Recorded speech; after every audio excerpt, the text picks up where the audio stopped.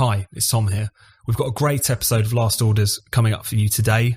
But before we do that, I just want to let you know 2 ways that you can support this show. First off, please do give us a positive rating and review with your podcast provider. It takes 30 seconds, it costs you nothing, and it's a great way to help us reach new people. Second, if you can afford it, please do consider making a donation to Spiked, ideally in the form of a regular donation. Last Orders, like all of Spike's content, is free for all, so we rely on the generosity of our readers and our listeners to keep us going and growing. Even £5 a month is a huge help.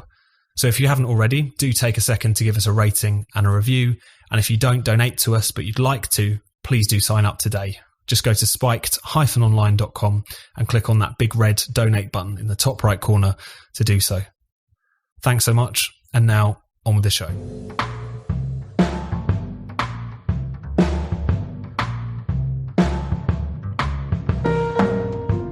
Welcome to Last Orders, a Spiked podcast. This is a show all about freedom, the nanny state and censorship. But these days, we spend a lot of our time talking about COVID. Today, we discuss Lockdown 2.0, Scotland's war on free speech, and the prospects for a Brexit deal.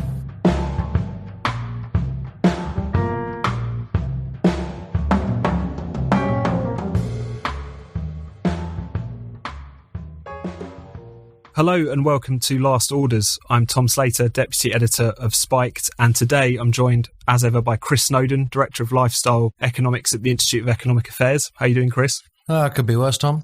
And today we're delighted to be joined by Daniel Hannan. Dan is a columnist. He was a Conservative MEP from 1999 to 2020, and he's the President of the Initiative for Free Trade. Dan, thanks so much for joining us on the show today. Great to be here. Thanks, Tom. So we're going to talk in large part about Lockdown 2.0. It wasn't that long ago that Boris Johnson was referring to a second national lockdown as the nuclear option, and in the past week he's just gone and pressed that big red button. So we're back to where we were in April, it feels like, at least in terms of restrictions. A 4-week lockdown, though many people assume it's going to be longer than that.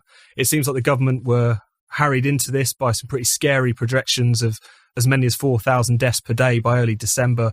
And again, the message for the foreseeable future is again back to stay at home, protect the NHS and save lives. It feels pretty bleak going into all of this. So, Chris, to kick things off, I'm not going to ask if you're for this measure because I know that you're not, but what do you make of the government's arguments for it with the figures that they put front and centre on Saturday and the case that they're making for going into this all over again? Well, they're fraudulent, really, as far as I can see. There's not much else you can say about it because they've published so little to date, at least. Maybe perhaps more will come out in the next few days. But, you know, the record shows, if anybody listens back to these podcasts this year, they'll see that myself and the guests we've had on, generally speaking, were basically pro-lockdown in March. We understood the NHS possibly was going to go into a kind of Northern Italy situation. And it was only because it was prolonged well beyond the point at which it should have been. It should never have carried on in May and June. I said that at the time, and I think that even more now. But this time, we don't even know how close we are to the NHS collapsing because the government is incredibly cagey about the hospital capacity, even in places like Liverpool and Manchester, where you've got the highest number of cases. And that immediately makes me suspicious that actually these hospitals are not going to be overwhelmed as quickly as they say. And then when Boris turns up eventually on Saturday night on television with his disco stew charts and Whitty and Valance as his henchmen once again, you can just see that these are not realistic projections. And saying that 4,000 people are going to be dying every day within about a month is just not credible by any standards. And then recently Neil Ferguson pops up. You can't resist, chiming in, Neil Ferguson. You really would think somebody like him would be better just lying low at this stage. As the dog returneth to his vomit, so the fool returneth to his vomit. Yeah, him and John Edmonds in particular, couldn't have discredited themselves more, but they can't resist going back on TV. So Neil Ferguson then comes back to defend the worst of the dodgy models. And he says, well, this is a model from 3 weeks ago, and we're assuming the R number is about 1.3 to 1.5. And that tier 3 restrictions, in fact, the tier system in general, won't really have much of an impact. And if you assume that, then this is how the deaths and the cases look. Well, we know that, firstly, the R was lower than that when Boris made his announcement. We are pretty sure that the tier system has an effect. I mean, it would be remarkable if tier 3 didn't have an effect, if you believe lockdown has an effect, because tier 3 is only really a stone's throw away from being a full lockdown. Moreover, we can see in the daily data that the cases have been falling quite a lot in places like Liverpool, have been falling throughout. In fact, the entire Northwest certainly have been falling dramatically in places like Nottingham, which only went into tier 3 last week. So the basic assumption that things cannot be turned around without lockdown is wrong. Now, it may be that cases are not falling fast enough and that hospitals are 99% full and we need to take drastic action in some areas. Perhaps, well, we don't know because they won't give us the data, but that certainly is a theoretical possibility, in which case it seems to me that you don't need to lock down Cornwall in order to deal with that. You don't need a national lockdown. But it seems that Sage, Whitty, Vallance are all intent, and have been for some time, intent on bringing us back into a full lockdown. I don't know whether the government have been accomplices in this or dupes, but either way, the whole thing stinks. And Dan, what's your take on lockdown 2.0? Do you think it's justified? Yeah, so I think there's two big differences between March and now. The one argument for lockdown, the one strong argument that there always was to buy time. To buy time, extend capacity, build your Nightingale hospitals, buy in your PPE or your ventilators or whatever, see if you've got a better way of palliating or treating the condition. Fine. And as Chris said, that argument had already expired by April or by the end of April. But no one can make that argument about what looks like an endemic virus. And it seems to me the only possible justification for a new lockdown would be if you have good reason to believe that you are very close to a mass vaccination rollout. Right? In that situation, you'd be buying time for something.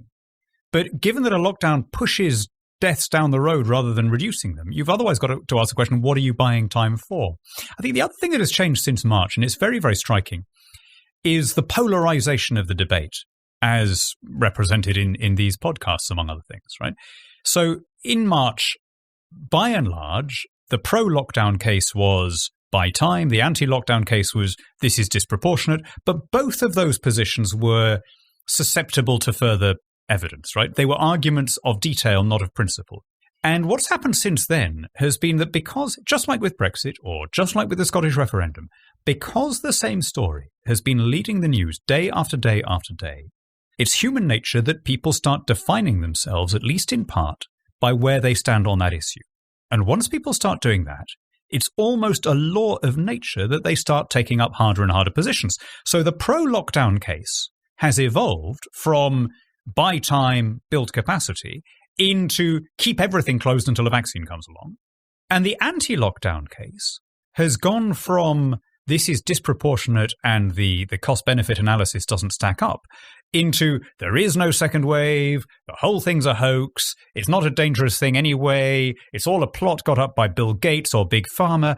And once that happens, you get a culture war situation where you're not so much arguing against a position defined by data that might evolve, you're arguing against a person that you imagine that you don't like. And that's when it starts getting nasty. So I suppose, make this mild plea for mitigation on behalf of the decision makers that in a climate like that, almost whatever you do is going to be incredibly unpopular, right? You're in a media and political climate where nobody wants to understand the concept of lesser evil. No one wants to give you any benefit of the doubt. So it often happens in politics that you have to choose between bad alternatives. You do A, bad things will happen. You do B, bad things will happen. But you know now that whichever of those you take, a huge chunk of the media will jump on the bad things and say, oh, you see, this just shows that you should have done the opposite. And so I would just make this mild defense of the decision makers, the ministers and their advisors, that almost anything they do is going to be howled down by a large chunk of the electorate. And Chris, if you want to respond to any of that, please do. But I just wanted to ask you about Dan's first point, which is what this is for. What is the strategy here? What are we buying time to do? Because whilst it did seem at first that, again, lockdown was all about protecting the NHS from being overwhelmed, that justification does seem to have gone out of the window. A lot of people fear, I think, that we are moving into just a kind of cycle of these lockdowns. This will just be a means through which that we manage the outbreak until, as Matt Hancock sees it, the cavalry arrives in some way, shape or form, whether it be a vaccine or mass testing or whatever. What do you think the government's plan is here at this point? Oh, it hasn't got one. Other than the vague thing that people say all the time about, we need a functioning test and trace system. I'm sick to death of hearing about the functioning test and trace system. I've become increasingly skeptical about whether it'll ever work in this country because people aren't going to isolate themselves for 14 days a lot of the time. They do seem to be moving towards cheaper instant tests, right? Tests that give you an immediate readout like a pregnancy test. If that became cheap and widely available, then presumably people wouldn't need to isolate for 2 weeks. They just need to test themselves. And that would be a much more feasible operation. Only if it works with people who were asymptomatic from the get-go. I'm not sure if that's the case. Right. I don't think that's the case with the existing tests. And so people would still have to isolate for a good few days. I mean, in Sweden, the system is you isolate for 7 days and you don't catch everybody, but you catch most people like that. The benefit of doing it is you provide a realistic possibility that most people are going to do it. 14 days to a lot of people, particularly since it's only quite recently that people have been given reasonable compensation for doing it. It's just never going to work. I mean, I'm just very skeptical about test and trace as being this great panacea. But people like Independent Sage always say, well, we need to lock down and we need to buy ourselves a few more weeks and get test and trace sorted out. Well, they've been saying this for months. We've had months, obviously, and we haven't sorted test and trace out. Even the original projections only said it would reduce the R a little bit. This is not something that you're going to keep the disease totally suppressed with. So what are we buying time for? We're not buying time for anything other than a vaccine, which, of course, that still hasn't come close to being approved. Yeah, we are going to see a cycle of these. I think we're bound to see one in January. I've always thought we'd have one in January because I just assume that what always happens around Christmas is people travel around, see their elderly relatives, spread the flu normally, of course, every year, but that's why you have a flu season in January, February primarily. It's because people are mixing in Christmas time. So I'm convinced that we'll have a significant lockdown probably starting around about the end of January, if you want me to make a prediction, and that will go on for ages and potentially will go on till there is a vaccine, because by January, February, it might be that the vaccine's being approved. It's just we need to roll it out. But the economic damage that this will do, I mean, it's impossible to overstate the economic damage this will do. And coming back to Dan's point about, it's just picking the lesser of two evils. Well, I think in this instance, given that the tiered system didn't really have time to prove itself and that rates were falling in a lot of hotspots way before the lockdown was announced, I think the government has chosen guaranteed economic catastrophe over a possible overwhelming of the action. I think they've made the wrong decision. We need to understand, though, the media and public opinion context, right? There's a sort of déformation professionnelle, the French call it, a tendency to be pushed by the job you do into a particular position, almost regardless of your own views. Suppose, for the sake of argument, that we had taken a sort of Swedish line, or we'd stuck to a Swedish line in mid-March. And we'd said, protect a few of the more vulnerable people and ban some big meetings and wash your hands and be sensible, but basically try and keep things open. And suppose, for the sake of argument, that had been completely vindicated, that our overall infection and fatality rates had been in line with countries that had gone for a full lockdown. Does anyone imagine that with our media rather than Sweden's media, with Piers Morgan every day saying another granny murdered by Boris Johnson, with the papers taking the position they then did, and the public, frankly, taking the position that they then did, that would have been a sustainable political position? You see, I mean, I wish it were as easy as being able to say, this is all the fault of Sage, or this is all the fault of ministers, or whatever. But the truth is that right from the beginning, there has been a massive majority in the country at large in favour of the most authoritarian and illiberal measures. And that's something we've just got to confront. That is true. I mean, I would say this only probably partially explains it, but the government did go out of its way to terrify people for weeks on end around the time fair point. that happened. And in Sweden, I gather the Swedish press actually have been pushing for a lockdown, and quite a significant minority of the public wants a lockdown, possibly even a majority. It just didn't happen there for one reason or another. But no, you're right. I mean, we are in a minority, those of us who are against this lockdown. And there are a lot of reasons for why people are in favour of it. But a significant section of the public quite enjoy it. By the way, it's really important, I think, to stress the point that Chris makes about Sweden, and not just now, but that he's made in the past. Because as soon as you say Sweden, you get the automatic double barrel of higher deaths and higher economic hit, which the second of which is bullshit. But the first one is utterly irrelevant, because the pro-Sweden argument, if you want to call it that, as enunciated by Chris and by me and by others, is not that Sweden has done everything right or that it's a perfect role model or that we should copy it. It's that Sweden invalidates the case on which all the lockdowns were originally based, because we were told in March the lockdown is the only alternative to a kind of extinction level event. If we don't lock down, there will be hundreds of thousands of preventable deaths.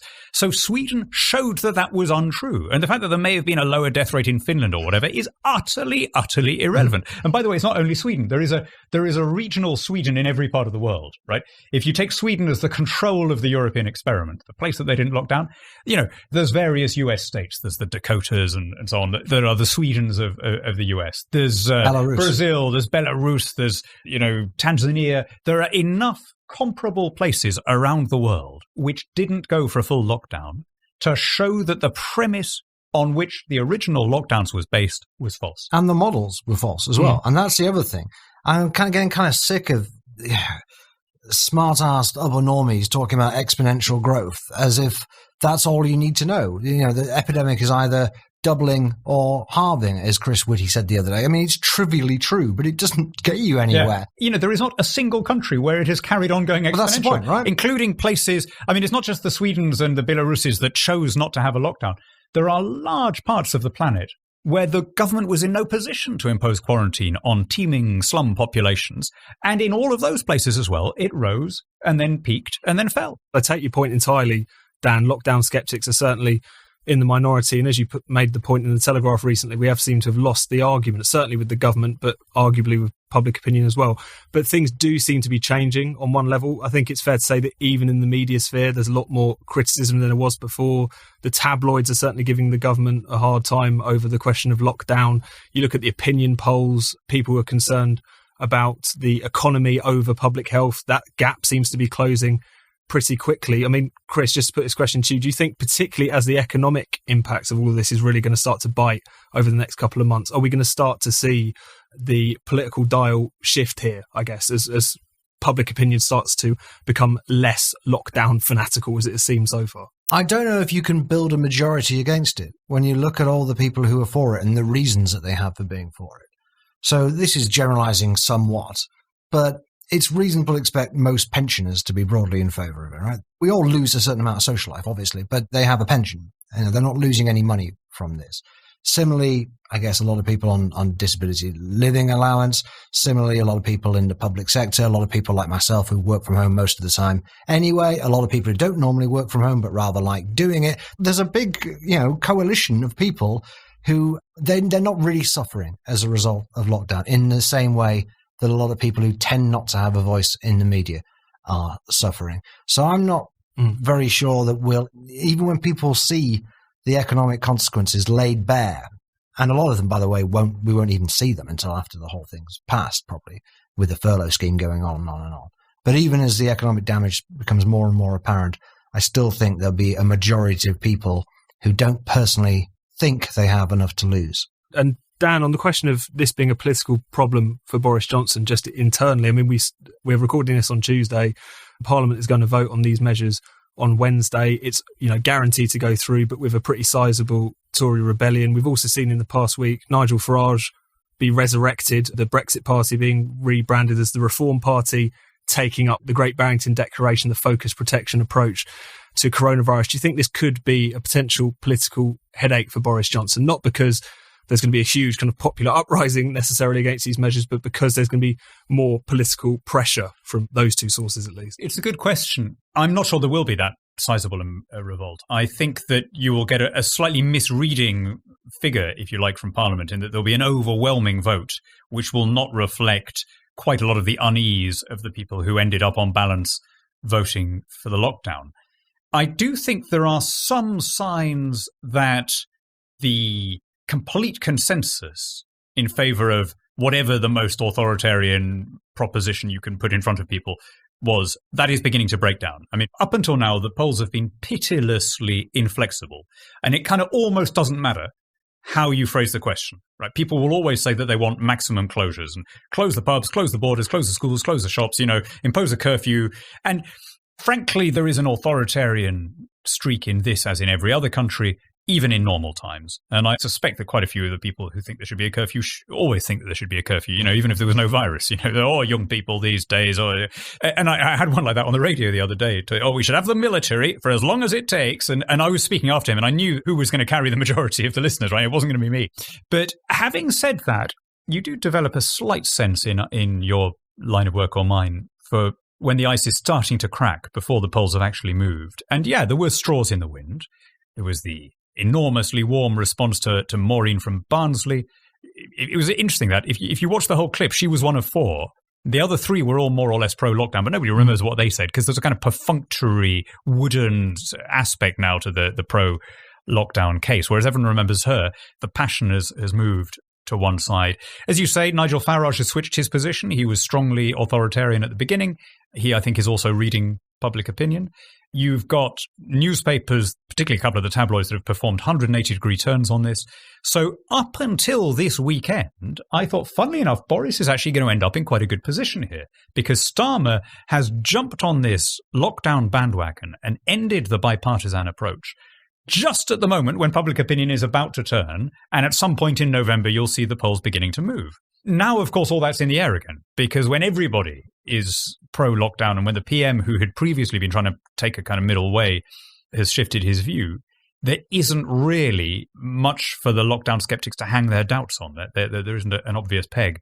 So I'm less optimistic now than I was, and I'm afraid I rather agree with Chris. I just think any easing of this lockdown is going to be carried out in the teeth of public opposition. But there will be a lot of resistance. I mean, I should make that clear. I think there may be riots at some point, actually, next, maybe not this month, but in the next 2 or 3 months, wouldn't surprise me. There'll certainly be a lot of flouting the rules by younger people, and I don't really blame them.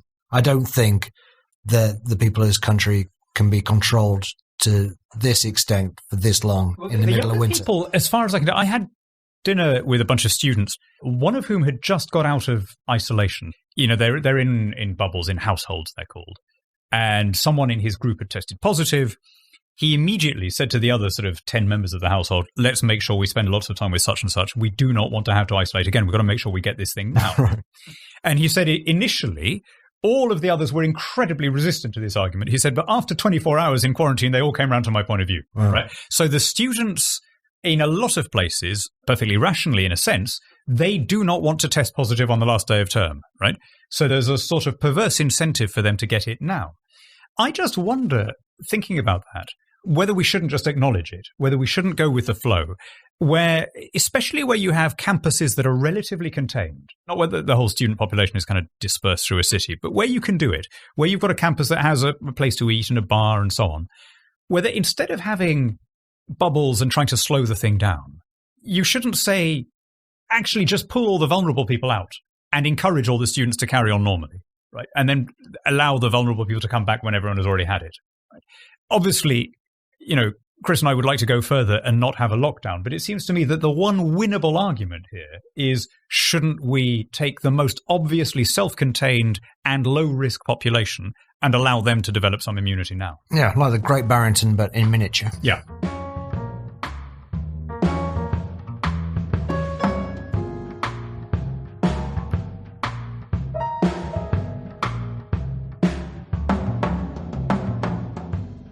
Last Orders, like all of Spike's podcasts, is free.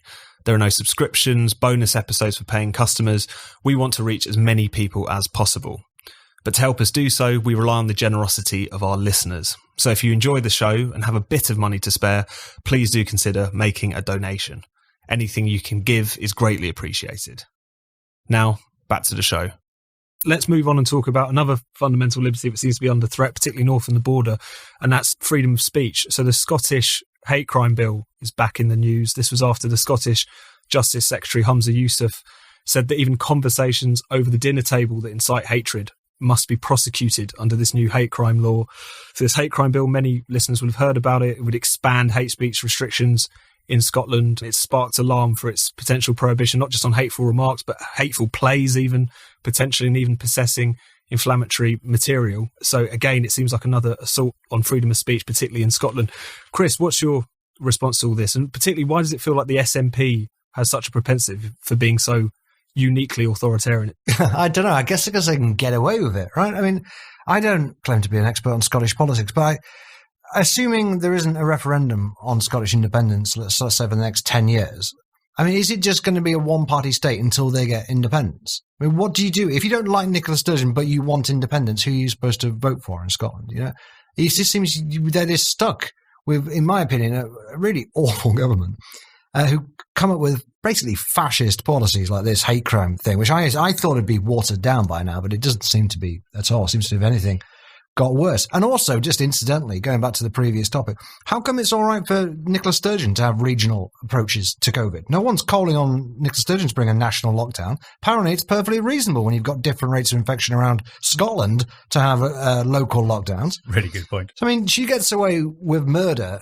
Well, not on that occasion. She gets away with non-murder. I mean, she's getting away with doing the right thing there, right? I mean, we should acknowledge that. Well, true, yes, indeed. But she gets away playing by different rules than everybody else seems to. You know, the whole hate crime is nonsense. Am I misremembering this? But didn't hate crime originally used to involve an actual crime plus a sort of unpleasant motive? So if you beat somebody up, that was a crime and you'd be punished for it anyway. But if you had some racist or homophobic intention, your sentence would be even stronger. And now a hate crime is just the second part of that. It's just having some unpleasant view and expressing it. There's been, over a quite short period of time, this transition between genuine crimes that harm people, but with this element of hatred behind it, and just saying things that Nicola Sturgeon doesn't like. Not only, as you say, Chris, has there been this slippage from hate crime being a physical crime with hateful motive to it just being speech, but also we now have this phenomenon of non-crime hate incidents, so where you don't even break the law, but this is a matter for the police, as we saw in that famous Harry Miller case from a couple of years ago. But just turn to you, Dan. What's your response to this new hate crime bill? Has it concerned you as you've been reading about this? I run out of vocabulary adequately to express what I think about the enormity of criminalising private opinion in a private dwelling. So I will instead quote Pitt the Elder on the subject. The poorest man may in his cottage bid defiance to all the forces of the crown. It may be frail. The rain may come in, the wind may enter, the storm may enter, but the King of England may not enter.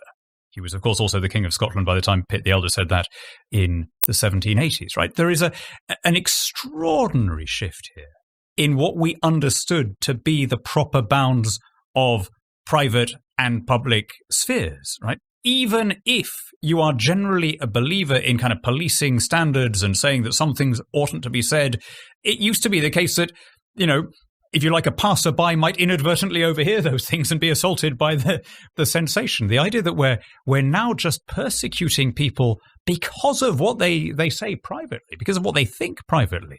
I mean, this is O'Brien in the final pages of 1984. I'm going to get inside your head and cure you. I'm going to convert you because I can't stand the idea of somebody holding an opinion that dissents from the official party line. And that is a truly terrifying thing. Especially something like that to be happening in the homeland of David Hume and Adam Smith.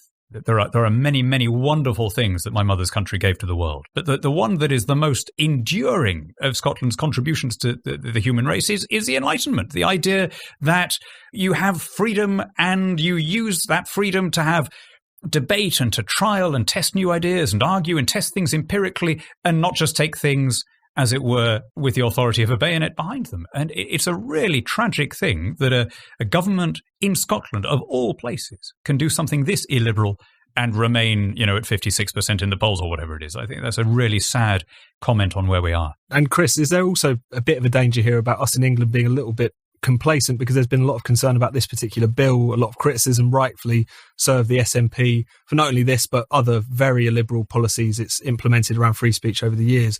But we are in the wake, what was it, only about a month ago, where we had the Metropolitan Police interviewing Darren Grimes for the crime of potentially stirring up hatred for things that someone he interviewed, namely David Starkey, had said. So isn't, in a sense, what so shocks us about this hate crime bill just reminds us that we have these hate speech laws in the first place, and while they might not go as far as Nicola Sturgeon is, they still go pretty far in the first place. Absolutely, yeah. We can't rest on our laurels in this country. Police have got a bit of a thing about Darren, but hopefully they might leave him alone from now on. I don't know. Apparently the reason they went after him rather than David Starkey, says David Starkey, is that they couldn't find David Starkey's email or address. I mean, that's the level of was it policing that we're dealing with. Was it not that Darren was the publisher of it? I assumed it was because it was Darren's show. He put it out there. According to a piece that Starkey wrote a couple of weeks ago, they couldn't find him, which is, by the way, I mean, any intern can tell you David Starkey's address. He's not somebody who, hides from publicity. I think there was a Canadian blogger who I thought just came up with the most brilliant rebuttal of this whole kind of woke tyranny when she phrased it as, "You're too stupid to tell me what to think." And I honestly haven't come up with a better way of formulating the problem with hate crimes thinking. Yeah, absolutely agree. So we're fast approaching the end of our time, but Dan, I think we'd be remiss, given you were such a leading figure in the Brexit campaign, if we didn't ask you what was going on with the negotiations, what's going on with Brexit, where you see things sitting. So we've been hearing a similar message, it feels like, for the past couple of weeks. A deal can be done, but there's still work to do.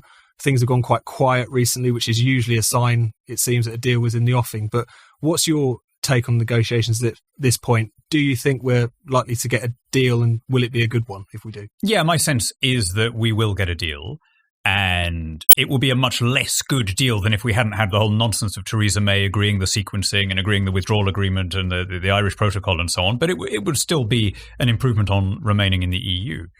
However, all of this has been overtaken by events. I mean, if you take the most optimistic economic forecasts of the most cheerful Brexiteer and you compare them to the glummest and most miserable fears of the most angst-ridden Ramona, the distance between those two positions now looks trivial compared to what we're spending every day on the coronavirus lockdowns, the furlough scheme, the quantitative easing and all the rest of it. So all of that, if you like, suddenly looks irrelevant. And it's interesting only in that the people who got so terribly exercised about a forecast that would show that our GDP might be 0.25% smaller or something, and other ones very often saying, lock everything down, throw away the key, doesn't matter, don't you care about, So we're not going to be able to take a short or even medium-term view, really, of the economics of Brexit, because all of that has been overtaken by coronavirus and particularly the negative effects on countries like this one that went further with the lockdown. I think, though, that in the long term, if you think of this as a kind of gradual process of secular reorientation away from a relatively small market towards what I regard as our natural hinterland across the oceans, that will turn out to be vindicated. And I think that even by this time next year, we will probably be in the Trans-Pacific Partnership. We will have new trade deals with a number of English-speaking common law countries across the oceans.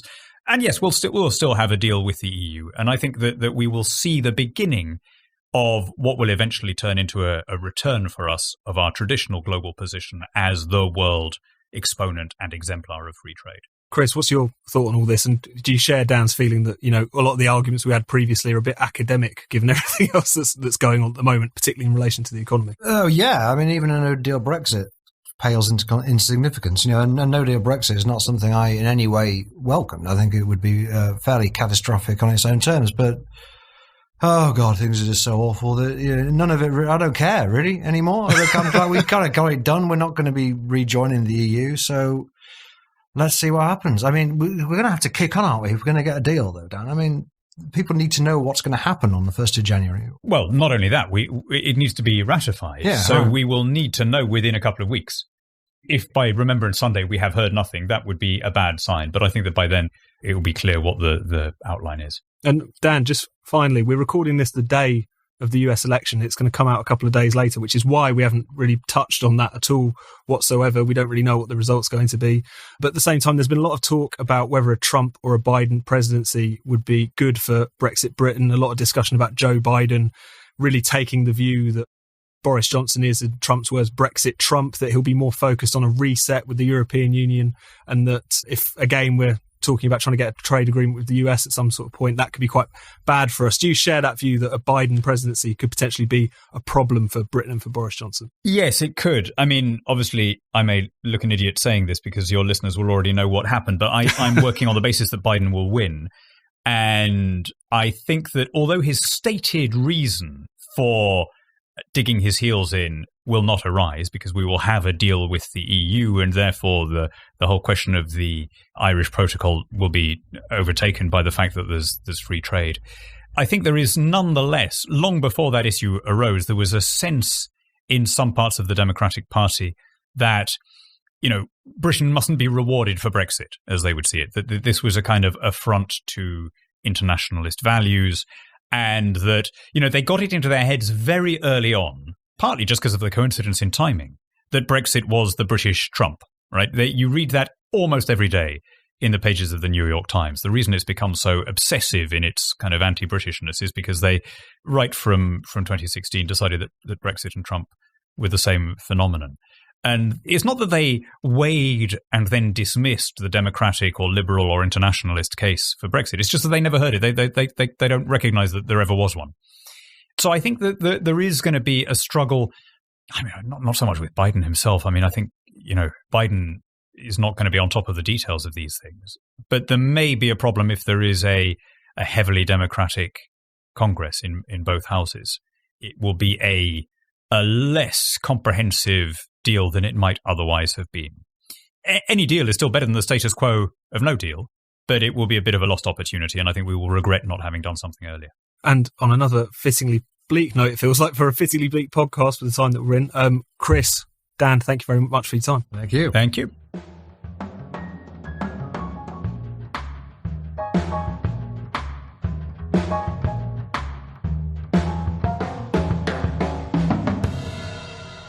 You've been listening to Last Orders. Be sure to subscribe to this podcast wherever you get your podcasts. Please do take a moment to give us a rating and a review. And if you'd like to help support Spiked to keep us making this podcast and all our other podcasts, as well as our daily articles and essays, then please do consider making a donation. It's really easy to do. Just go to spiked-online.com and hit that big red donate button in the top right corner. Anything you can spare is greatly appreciated.